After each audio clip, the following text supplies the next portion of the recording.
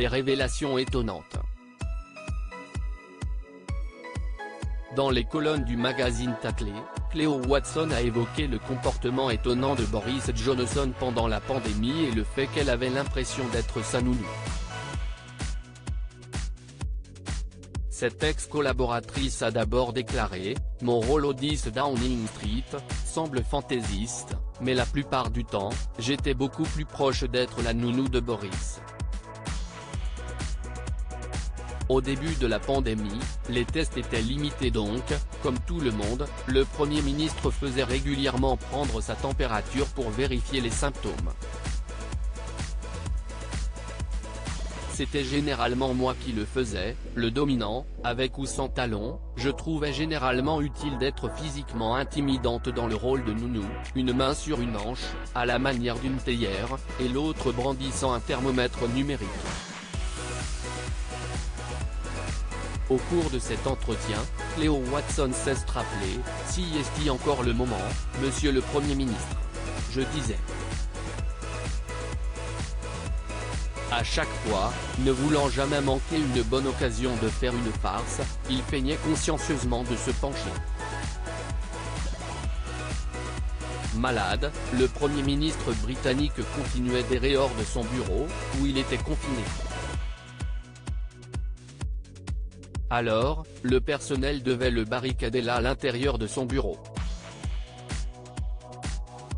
Très vite, cela a nécessité l'installation de chaises comme barrière dans l'embrasure de la porte, car il ne pouvait s'empêcher de franchir le seuil de notre pièce voisine pour regarder par-dessus les épaules sur quoi les gens travaillaient, avec une paire de lunettes de lecture de quelqu'un d'autre qu'il avait trouvé traîner, a-t-elle précisé avant d'indiquer « Ainsi, la barrière du chiot a été créée. »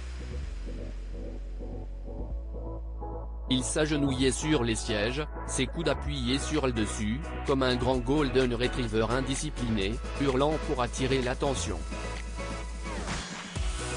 Le comportement de Boris Johnson pointé du doigt après avoir assuré que le Premier ministre britannique était immature, cette ex-collaboratrice a révélé « Il y avait des interrogations constantes pour savoir s'il s'était lavé les mains ou non. J'ai insisté pour qu'il boive des jus verts remplis de vitamine D. Il est fort au lieu de son Coca Light habituel. Essayez de trouver du temps pour ses siestes ou ses exercices très progressifs. » L'obligeant même à s'asseoir une fois arrivé en haut du célèbre escalier jaune de Downing Street pour reprendre son souffle avant une réunion. J'ai alterné entre des mots sévères et apaisants en réponse à son habituel « Je déteste le Covid maintenant. Je veux que tout redevienne normal. Pourquoi tout m'arrive-t-il ? » Ne gardant pas un bon souvenir de cette période, Cléo Watson a ajouté « Sa force est revenue, mais le besoin d'être assistée est resté.